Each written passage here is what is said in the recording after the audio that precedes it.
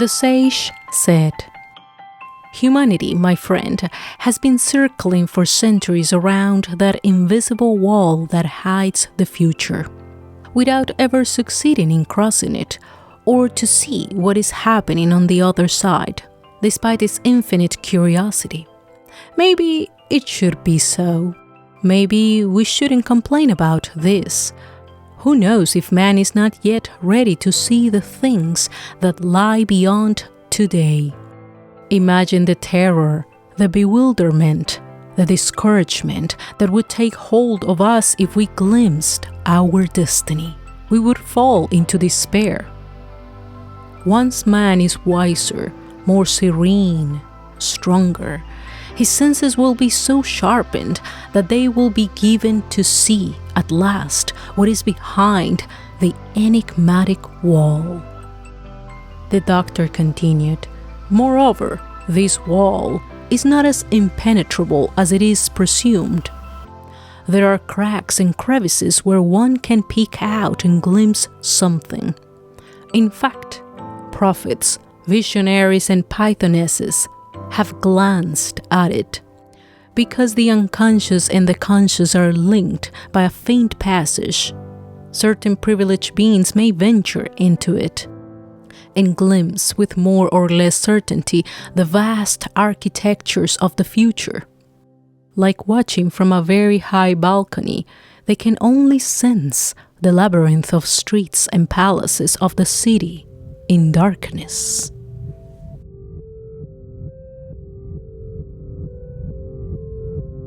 Hello, dear listeners of Tres Cuentos, the bilingual podcast dedicated to the literary, historical, and traditional narratives of Latin America. I am Carolina Quiroga Stolz, and today we meet again with the much-admired Mexican writer Amado Nervo. The initial fragment was taken from Nervo's fiction tale, The Sixth Sense. For those who wish to read the full text in Spanish, I'm leaving the link in the transcript. While looking for a story to close the season on fantastic Latin America, I thought it would be great to find something that would connect us with the holidays. I was lucky because in a digital anthology I found several stories by Amado Nervo, and among them, a Christmas tale that he dedicated to his niece. Although I found several versions of the same anthology, I have to confess that the best in terms of easy reading is the one you will find on the website discoverlima.com. This site is the result of an effort of the municipality of Lima in Peru to bring people closer to literature. There you can download several books by Latin American authors. I will leave the link in case you are curious. Today's story, The Fallen Angel, was translated by Alexa Jeffries, and it comes to us in the voice of the Mexican-American storyteller and musician, Valentina Ortiz Pandolfi. But I will tell you more about her in the comments. On the other hand, as we have done the past 2 seasons, today we close this cycle with an interview with the academic Matthew David Goodwin, who has worked in recent years in the promotion of speculative Latino descendant literature in the United States. Finally, I want to congratulate Allison in Vermont, Hillary in Maryland, Marco Antonio in Rhode Island, Cesar in North Carolina, and Tara in Florida, who have claimed their literary gift for this holiday season.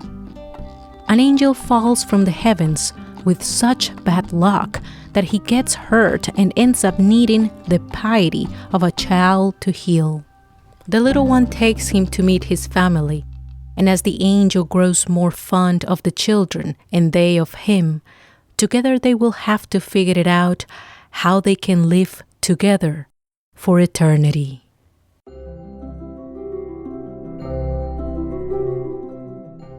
The Fallen Angel by Amado Nervo, translated by Alexa Jeffries and read by Valentina Ortiz.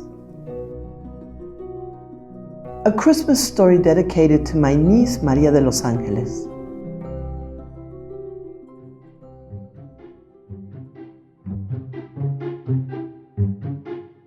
There was once an angel that spinning too much on a twilight moon soon with violets, lost his footing and fell pitifully to the earth. His bad luck would have it that instead of landing on cool grass, he hit a jagged rock in such a shape and form that the shy angel broke a wing, his right wing, it would seem. He lay there, spread-eagle and bleeding. Although he screamed for help, given that it is not typical for anyone on earth to understand the language of angels, nobody came to his rescue. As he lay there, a boy who was returning from school passed by, and the angel's good luck began. Since children do tend to understand the angelic language, though much less so in the 20th century, the boy, at first surprised and then compassionate, approached the miserable angel and extended his arm to help him stand. Angels do not weigh much, and the boy's light force was more than enough for the angel to help himself to rise on his feet. His Savior offered him his arm, and then the rarest spectacle could be seen: a boy leading an angel along the paths of this world.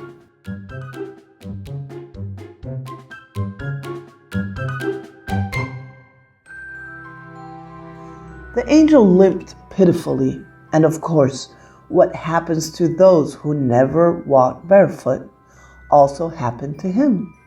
The slightest pebble pinched his feet horribly.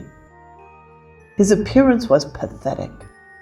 With his painfully folded broken wing and his shimmering feathers stained with blood and dirt, the angel evoked compassion. With each step he let out a cry. His marvelous snowy feet began to bleed too. "I cannot go on," he told the boy. And the boy, who had a bit of common sense, responded to the angel as an equal, as he had from the beginning. "What you need is a pair of shoes. Let's go to my house. I'll ask my mom to buy you some." "And what are these shoes you mention?" the angel asked. "Look here," the boy answered, showing his. "They are something that I break often, and that cost me a good scolding." "Am I supposed to put on something so ugly?" "Of course, or you won't walk. Let's go home. Mom will rub you with arnica and give you some shoes there." "But I cannot walk any further. Carry me." "Will I be able to?" "I think so." And the boy lifted his companion into the air and sat him on his shoulder, just as a small Saint Christopher would have done. "Thank you," sighed the wounded angel. "This is much better. It's true I don't weigh much, right?" "It's just that I'm really strong," the boy replied, with a certain pride and not wanting to confess that the celestial bundle was lighter than one full of feathers. Meanwhile, they approached the house, and I assure you that the spectacle of a child carrying an angel in his arms, the opposite of what occurs in religious images, was no less outlandish than before. When they arrived at the house, a few curious children followed them. The men, very busy with their business, and the women, gossiping around fountains in the plazas, did not even notice that an angel and a boy passed by. Only a poet, who wandered around that area surprised, locked eyes with them and, smiling, sanctimoniously followed them for a good distance with his eyes. Then he walked away lost in thought. The mother's piety was profound when her boy presented his broken-winged companion. "Poor thing," the good woman exclaimed. "Your wing must hurt a lot, eh?" The angel, feeling her poke around the wound, let out a harmonious lament. Since he had never known pain, he was more sensitive to it than the mortals. The charitable woman swiftly bandaged his wing, and to tell the truth, it took a great deal of work because the wing was big and there was not enough cloth. Feeling more comfortable, and now far from the rocks on the path, the angel could stand and stretch his slender stature. His beauty was marvelous. His translucent skin appeared illuminated by soft interior light, and his eyes, of a deep blue with incomparable transparency, looked in such a way that every glance produced ecstasy.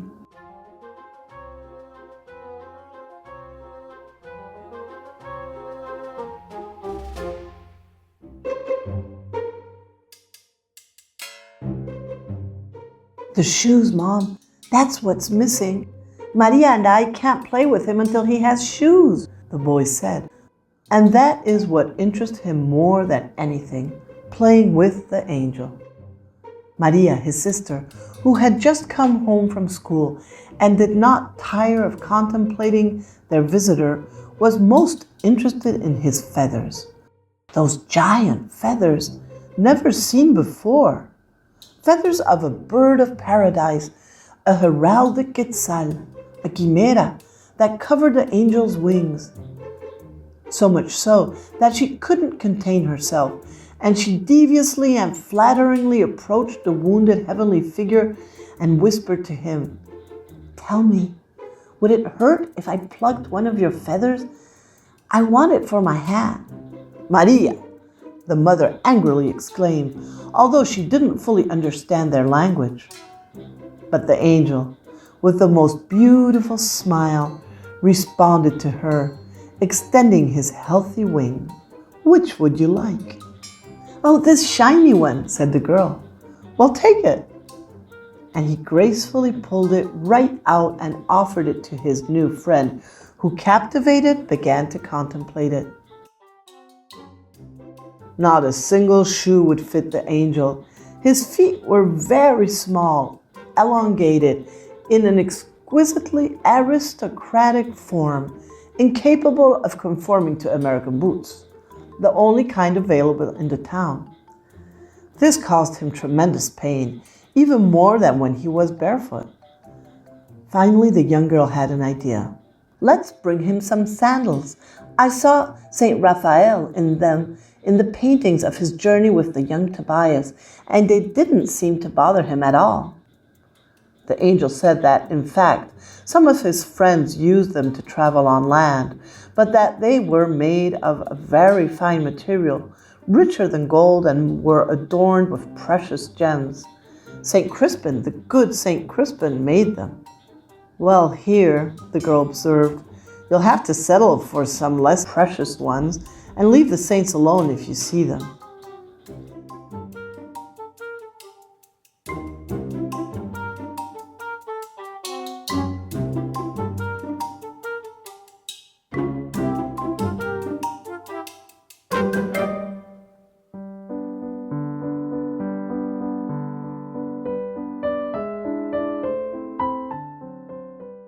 At last, with his sandals and sufficiently restored from his suffering, the angel could come and go throughout the whole house.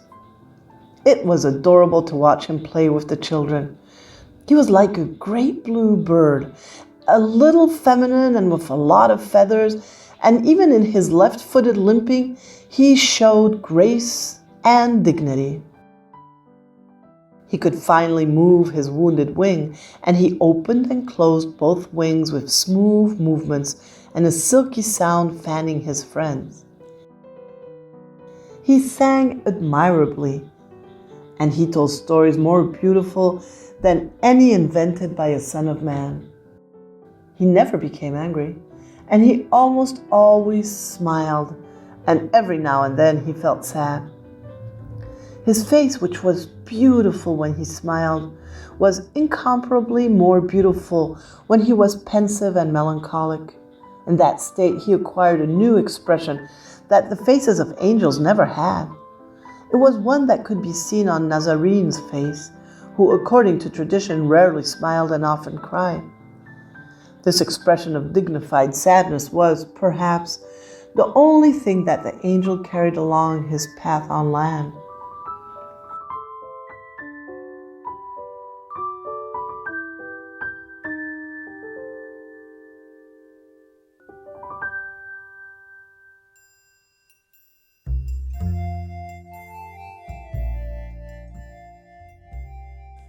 How many days went by like this? The children could not count them. The company of angels and the familiarity with fantasy have the gift of elevating us to superior planes where we are exempt from the laws of time.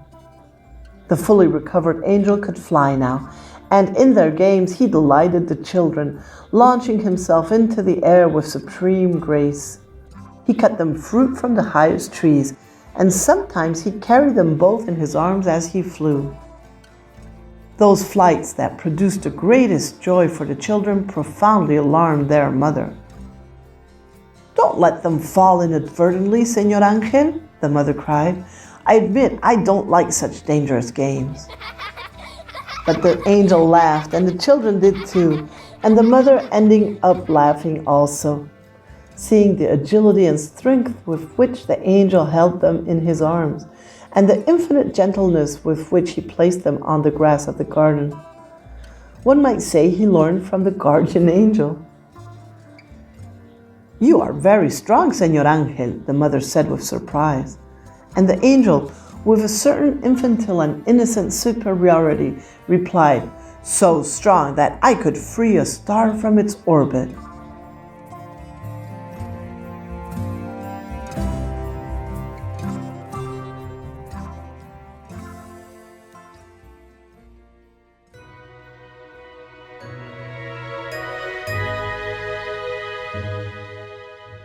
One afternoon, the children found the angel sitting on a stone bench near the orchard wall, with an even deeper sadness than when he was sick. "What's wrong?" they asked in unison. "I am," he responded. "I am healthy, and now there is no excuse for me to stay with you all. They are calling me from above, and I must go." "You're leaving? Never," the girl replied. "And what am I to do when they summon me?" "Well, don't go." "Impossible." There was a long pause full of anguish. The children and the angel cried. Suddenly the girl, more inclined to making her case, said, "There's a way for us to avoid separating." "What?" the angel asked anxiously. "Bring us with you." "Yes, very good," asserted the young boy, clapping. And in a divine daze, the three began to dance around like crazy. However, after getting carried away, the girl remained pensive and murmured, "But what about our mother?" "Ah, yes," the angel corroborated. "What about your mother?" "Our mother," the boy suggested, "won't know a thing. We will leave without telling her, and when she is sad, we will come to console her." "It'd be better to take her with us," said the girl. "That is perfect," the angel affirmed. "I'll come back for her." "Magnificent!" "Are you sure?" "We're sure."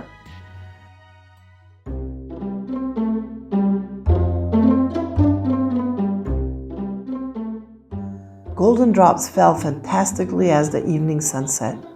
The angel gathered the children in his arms, and in one single leap, he sprung toward the luminous blue with them. Just then, the mother reached the garden and tremulously watched them soar away. The angel, despite the distance, seemed to grow. He was so translucent that she could see the sun through his wings. The mother, witnessing the miraculous spectacle, could not even scream. She was bewildered, seeing that ineffable group fly toward the sunset flames. But later, when the angel returned to the garden for her, the good woman was filled with ecstasy.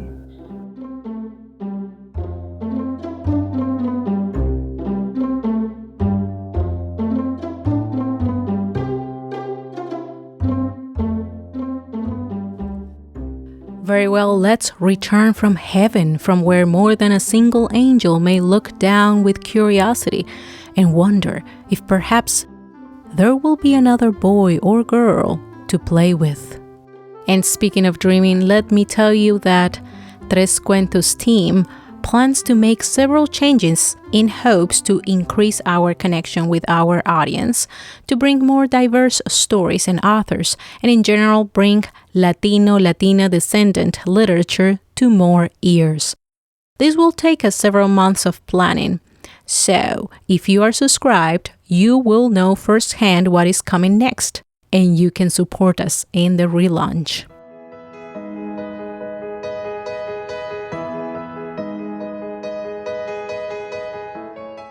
Well, it's time to talk about today's voice, Valentina Ortiz. She speaks the ancient Aztec words as well as the modern stories of Mexico. She has been on stage since she was 6 years old. As an actress, a musician, and as a storyteller, she takes her stories to schools, assembly halls, parks, and theaters in Mexico, the US, and other parts of the world. She has published 4 books and produced 4 records with her original stories and music. She now deeply enjoys multilingual storytelling, Spanish, Nahuatl, English, and French. Besides stories, her other passion is music, percussion instruments of the world.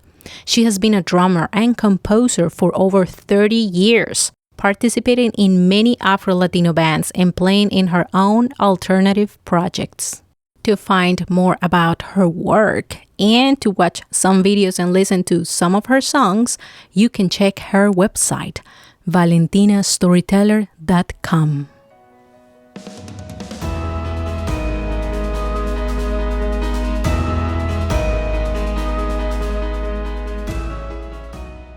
Today, unlike the past 8 episodes, we will not devote much time to the life of Amado Nervo, because in episode 41, The Last War, you will find a biography of the Mexican writer. I will just add something that I found in the digital newspaper El Financiero that I think is interesting because it speaks a little of Nervo's ability to predict the future. Eduardo Bautista tells us in the article Amado Nervo, the poet of love who became the first idol of Mexico, that his short and simple writing made him loved and admired by his readers. But even more interesting is what Nervo himself said about this style. In the future, people will have less and less time to read, and that's why the shortest literature will be the most remembered. And guess what, friends? I believe Nervo was right. Now, 100 years later, we know how to communicate with emojis, photos, tweets, and the like. And the result is that sentences, paragraphs, and chapters intimidate many readers. So I hope that our program's initiative to bring literature to your ears will fit into that format of a portable, short, and enjoyable literature.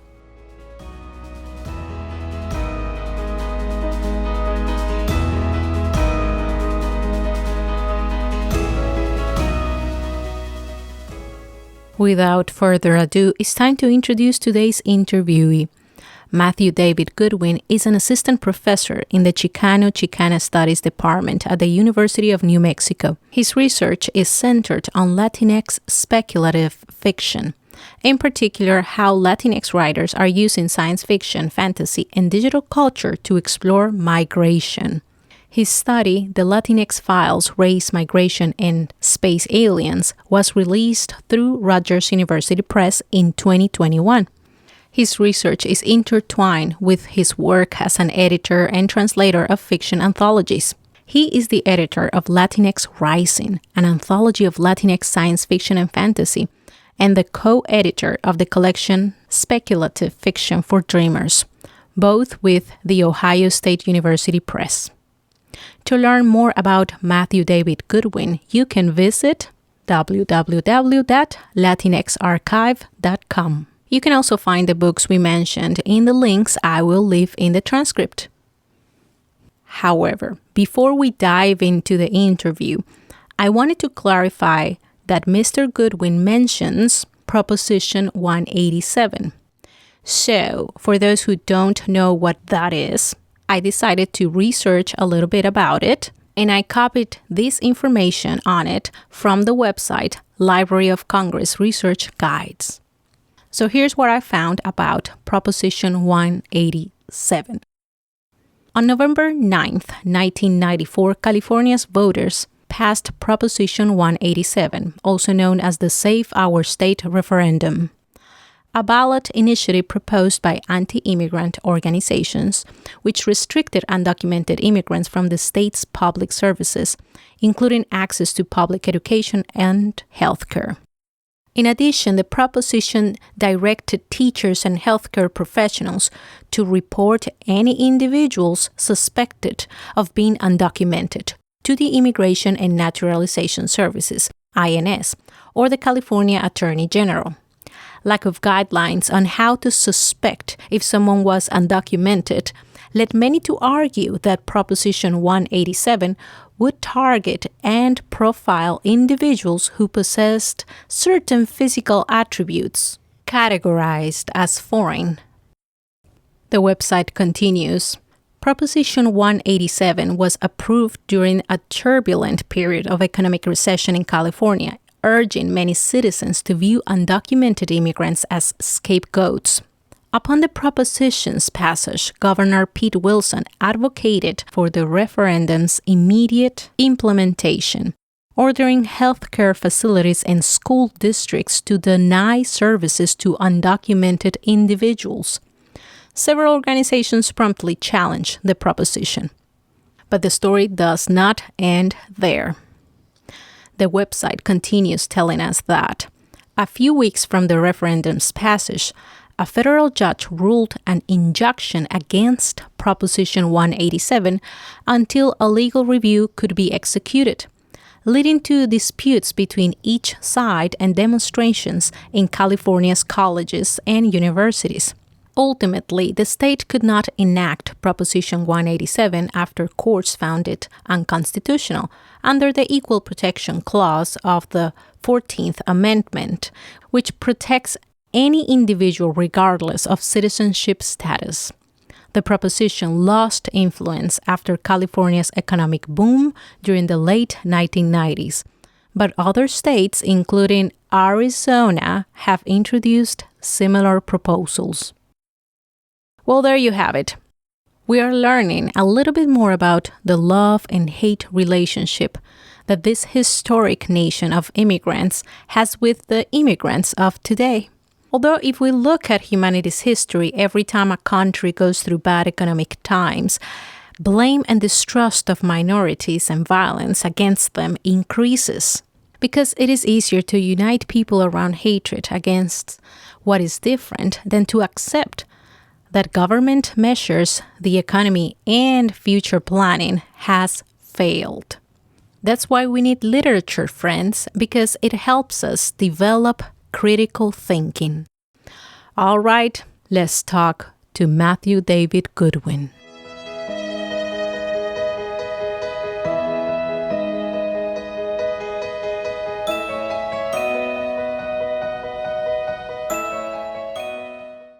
Hello, Matthew. Thank you so much for being here today. And we're going to just jump right in. And what I want to know from you is, how did you arrive to Latina science fiction fantasy literature? Tell us the story. Okay. Thank you, Carolina. It's very nice for you to invite me. I really appreciate it. Yeah, it's interesting because there's a lot of different origin points where you could start with the story. But you had mentioned that I studied philosophy, and that's a place to start. So yeah, my undergraduate degree is in philosophy, and then I studied philosophy, religion, theology. At that time, I was in Berkeley, California, and I sort of got turned on by the activism going on around Proposition 187, which was a law against undocumented immigrants using certain governmental funds or going to school.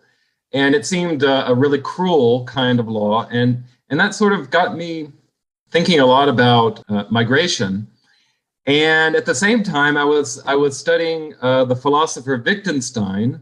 He's a philosopher who, in some ways, is a kind of anti-philosopher and tries to look outside of that particular field. And so there were these two kind of influences coming in. And so I shifted to doing work in nonprofit world. And so I worked with Catholic Immigration Services for about 10 years.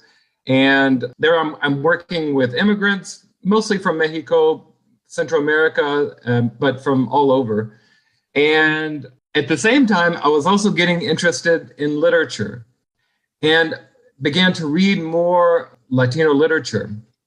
But there was a kind of strange thing that was happening. I was not seeing in the literature what I was experiencing in the community. And there was some kind of disjunction. Something was off.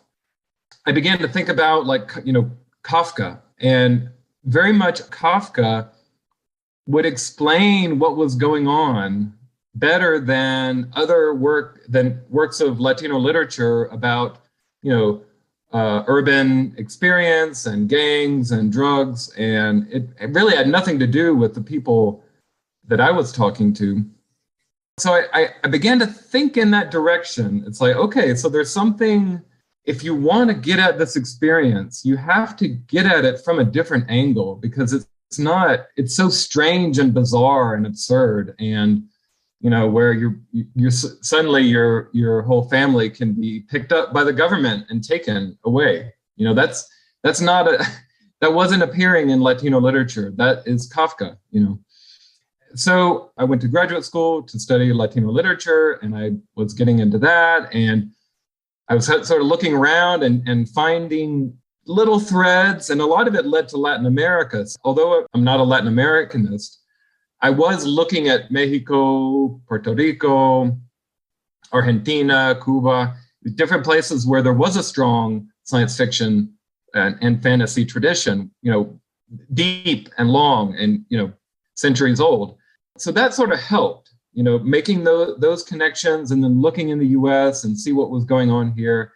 Eventually, I wrote my dissertation on the topic, science fiction in the US Latinos, Puerto Rico, Mexico, primarily, and looking at migration. And out of that process, really going into that topic, I came out of that thinking, I know there's other people who are interested in this topic. And I want to sort of pass that on a bit, but there is no anthology. There is no resource for people in the US. Now, there are resources for Latin America, and those have been around for a while, and that's sort of been charted a bit more. But at the time, no one really had been charting, US Latinx literature that was science fiction or fantasy in general. Magical realism, yes, that had been discussed in academia for a while. And in fact, that was kind of part of the problem, is that any sort of work of literature that sort of came along that was a little different or postmodern or something, it immediately got thrown into magical realism category, which is a problem, because there you're sort of like connecting US Latinx literature too closely to Latin America. They are connected. They're deeply connected, and there's a constant back and forth. But there are experiences in the US that people have that are distinct, and those appear in the literature. And so this, for me, was a problem. So I started thinking about genre and, what does it mean to think about Latinx science fiction as a separate genre?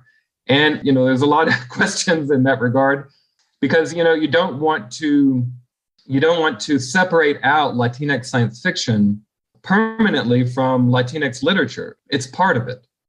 And then at the same time, Latinx science fiction is science fiction, so you don't want to separate it out from that tradition as well, especially since many of the authors are directly responding to the tradition. So for me, these kind of like subgenre, Latinx science fiction or Latinx fantasy, they're kind of like goggles that you put on for a little while, like a lens. You put on for a little while, you see it, and then it allows you to see certain things about the works that you're talking about, and also put different works in dialogue that were not in dialogue before. And then you take off the goggles and, okay, fine, Latinx literature, science fiction literature, they can go back to their normal genres. So that's a little bit about how I started thinking about that particular genre. So I started going down the road of creating an anthology, and I was not in publishing. I'm still not in publishing. I'm an academic and part of the community, and I have my personal interest in the topic, but I'm not connected to any of the big publishing centers. So what that meant is that we weren't, the presses I was looking at, we weren't going to get a whole lot of money for the authors. I didn't need to make money, but it was important that the authors, get paid okay. So, I decided to do a Kickstarter, which is a whole experience and pretty terrifying in many ways, because you get all the money. You're raising the money, but you get all of it or nothing, and so that's pretty tense. So we did a Kickstarter and got money for the authors, but in some ways, equally important, we connected to this audience that was growing and people who had been waiting for something like this. And that for me was really so satisfying, connecting to the people that I wanted to connect to, through this fundraising event. There I saw sort of where this could go in terms of like creating a community. So it took a while. Finally, the book came out. We got a lot of positive feedback. And again, the people that were looking for this book, or had been sort of thinking about the possibility, they got the book, and then, they're interested. The whole thing was about creating some kind of community around this that was in person, online, in a variety of different formats, readers, academics, young people, old people, all different kinds of people. And so that was really, really amazing. And actually, a lot of the authors who sent in submissions but didn't get into it, I invited them to call me and talk about their work. That for me was, I think most people don't like to reject works that are sent to them. I mean, you want to get the best stuff, but also you don't want to reject people, and that people take it personally. So it's difficult. So my way of dealing with that was to talk to the people, and that kind of puts you on the spot. But for me, it was really important. And actually, one of the people who did call me, she ended up in the second anthology, which was kind of cool. So Latinx Rising came out. Meanwhile, I was doing my own study of the field, which weirdly enough, probably half of the works that I talk about in my study, the Latinx Files, are from Latinx Rising. So it's a little bit tricky in terms of being objective. I try to be on some level objective to a certain degree, at least, have some sort of critical distance, and there's that attempt. But ultimately, this is a project that I'm deeply involved in on multiple levels, and I was, translating some of the works that are in the anthology and then that I talk about critically. So it's all sort of wrapped up together. So the Latinx Files came out, and that was focused on the space alien, which for me was something that I was interested in exploring. It's a really tricky kind of figure because it can be kind of easily misunderstood, and it has lots of different meanings, and many of them are very like racist and xenophobic, and anti-immigrant, and so I wanted to kind of take that figure and see what we could do with it, and see what writers, Latinx writers, science fiction writers, were doing with it. And they weren't just new writers. This goes back to Gloria Anzaldúa, writers who, you might not think about that are into science fiction, but in particular, Gloria Anzaldúa, she was deeply into science fiction. A couple of space alien kinds of stories, and a lot of her thinking was wrapped up around science fiction, futurism, the future of Chicana communities in the US. It turned out to be a really fun book to write because I was able to connect to these canonical writers, but also new writers who are coming up now. So that was really exciting. That came out with Rutgers recently. And then the other part is that out of making Latinx Rising, I realized that there were a lot of writers who were doing young adult fiction. And that was not something that I had training in or felt like I was competent in. And also, I felt like it was important that Latinx Rising was not young adult or children's literature. You know, sometimes science fiction, fantasy can get kind of pigeonholed as for children or for young people. And Latinx Rising is definitely not for young people. It is in parts very graphic. But I realized that there's a lot of energy around young adult fiction, and I should follow it and see what happens. And even though I didn't have that competence, I sort of went down that rabbit hole. And so I contacted Alex Hernandez, who's in Latinx Rising, and then Sarah Rafael Garcia, who works with speculative fiction. And so we sort of teamed up and created Speculative Fiction for Dreamers, which is an anthology that came out recently with Ohio State University Press.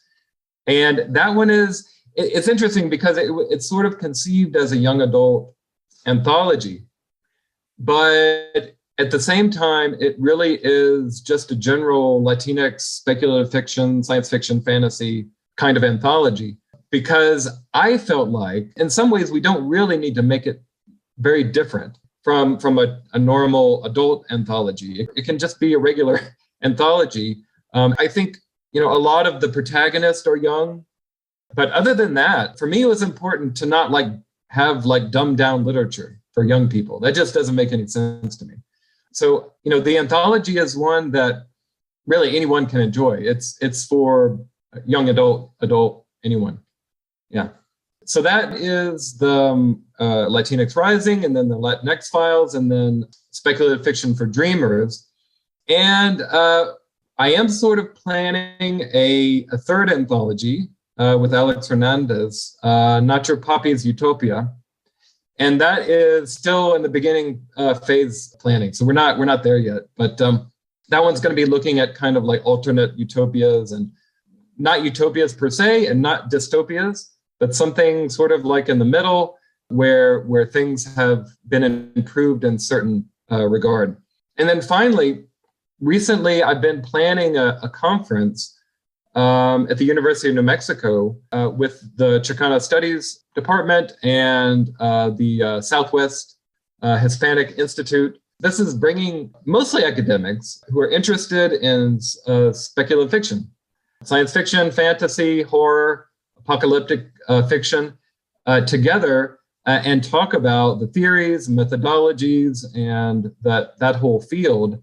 But, we'll have artists and authors and different kinds of workshops. And, 10 years ago, you couldn't have had this kind of conference where you have so many people, a 3-day conference with all sorts of stuff going on constantly. Could not have happened 10 years ago. So really, this is a field that has rapidly grown in a really cool way. And there's a lot of camaraderie and teamwork and people sort of supporting each other in this work. This is not the work of one person. This is like lots of different people coming together and in different ways and different forms. So that is planned for March 2023.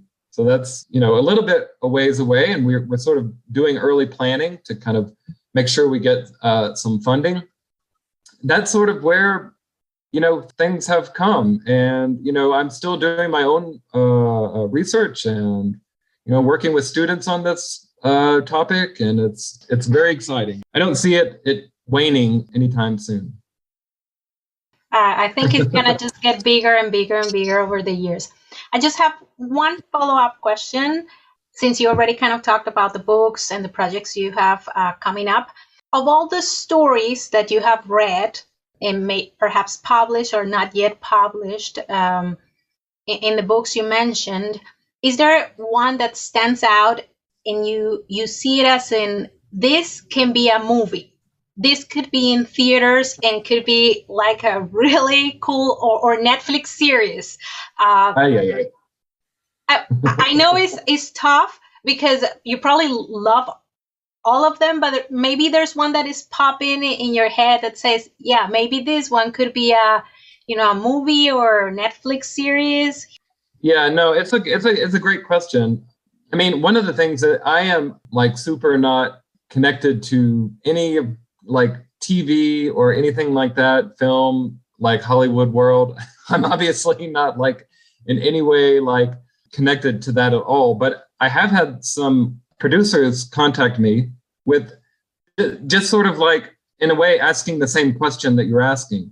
What's going on in the field? Is there, where can you point me to? And typically I just say, well, look at Latinx Rising. And now I'll say, look at, Speculative Fiction for Dreamers. Because, at least that's a place to start. And the other part is that there are a number of writers now, not 10 years ago, but now, who are working with big publishers. And so I know that they are working on the television movie bit, So if there's going to be like a TV series or a film that sort of goes big in the Latinx speculative fiction world, yeah, I think it'll come from these authors who are working with the bigger publishers.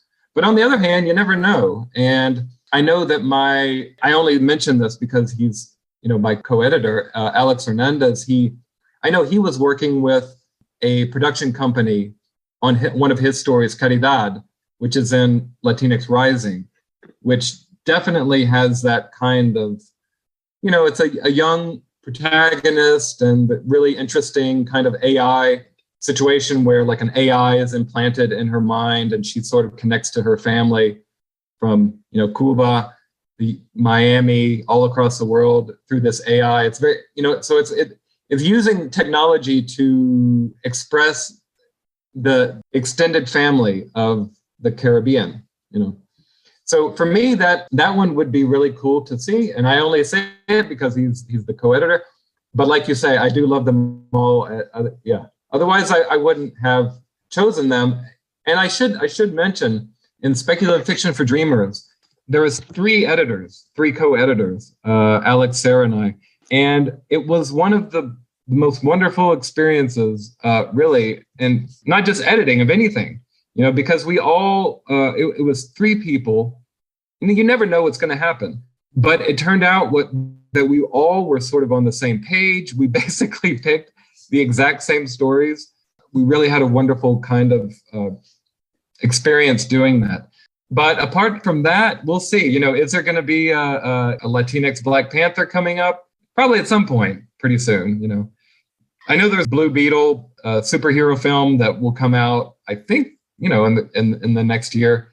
That's with DC.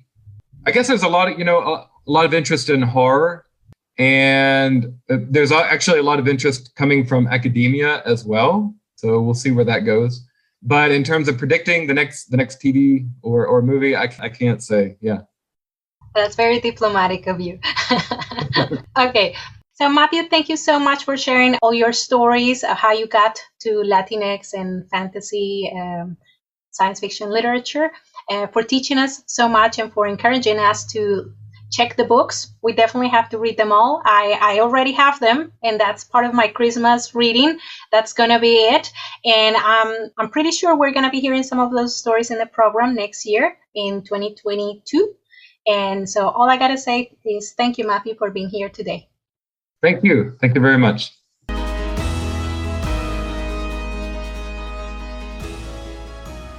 As a fan of science fiction movies and television series, I always expect the cast to be racially diverse. But today, more and more, I also look for the production and original idea to have a Latino or Latina leading. The time has come for Latin Americans to make our voices heard, to vote, and to have a leading role in the real and imagined future. From this interview, I also want to emphasize that speculative literature, also known as science fiction and fantasy, is not children's literature. It is narratives with which one can explore with greater flexibility such sensitive issues as immigration, the uprootedness of not knowing where you belong, the deterioration of the environment, and in general, the future of humanity. This New Year's Eve, I encourage you to check out the books Matthew mentioned: Latinx Rising, Latinx Files, and Speculative Fiction for Dreamers. And in this way, support other voices and connect with younger generations.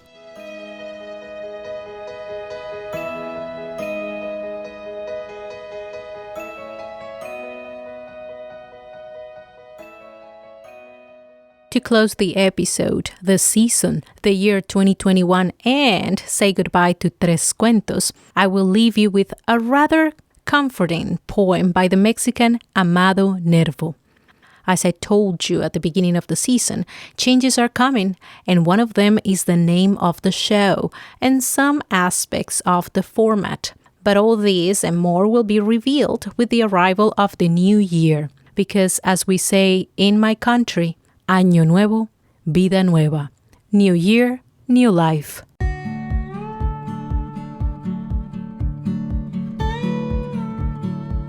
In peace. As I approach my sunset, I bless you, life. For you never gave me any failed hope, neither unjust work, nor undeserved punishment. Because I see at the end of my rough road that I was the architect of my own destiny. That if I extracted the honeys or the bitterness from things, it was because in them I put eyes or tasty honeys. When I planted rose bushes, I always harvested roses. True, my vitality will be followed by winter. But you did not tell me that May was eternal. I certainly found the nights of my sorrows long, but you did not promise me only good nights, and instead, I had some wholly serene ones. I loved, and I was loved. The sun caressed my face. Life, you owe me nothing. Life, we are at peace.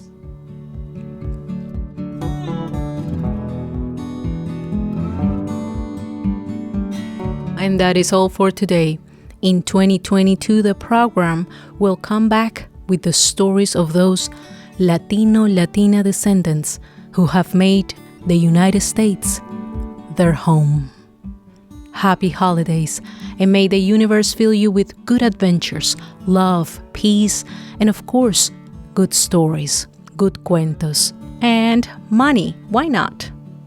Until the next cuento or story. Adiós, adiós. Tres Cuentos podcast is produced with support from PRX and the Google Podcasts Creator Program. Tres Cuentos is an exercise of creative writing, researching, and retelling. Today's special thanks go to Alexa Jeffres, Valentina Ortiz, and Matthew David Goodwin. Remember that you can listen to Tres Cuentos in any podcast app, Google Podcast, iTunes, Stitcher, Spotify, iVoox, or wherever you found us listed. Also, check our website, www.trescuentos.com. If you enjoyed the podcast, consider subscribing to our newsletter through our website and sharing the episodes with your friends. The music and sound effects were downloaded from the YouTube audio library and freesound.org.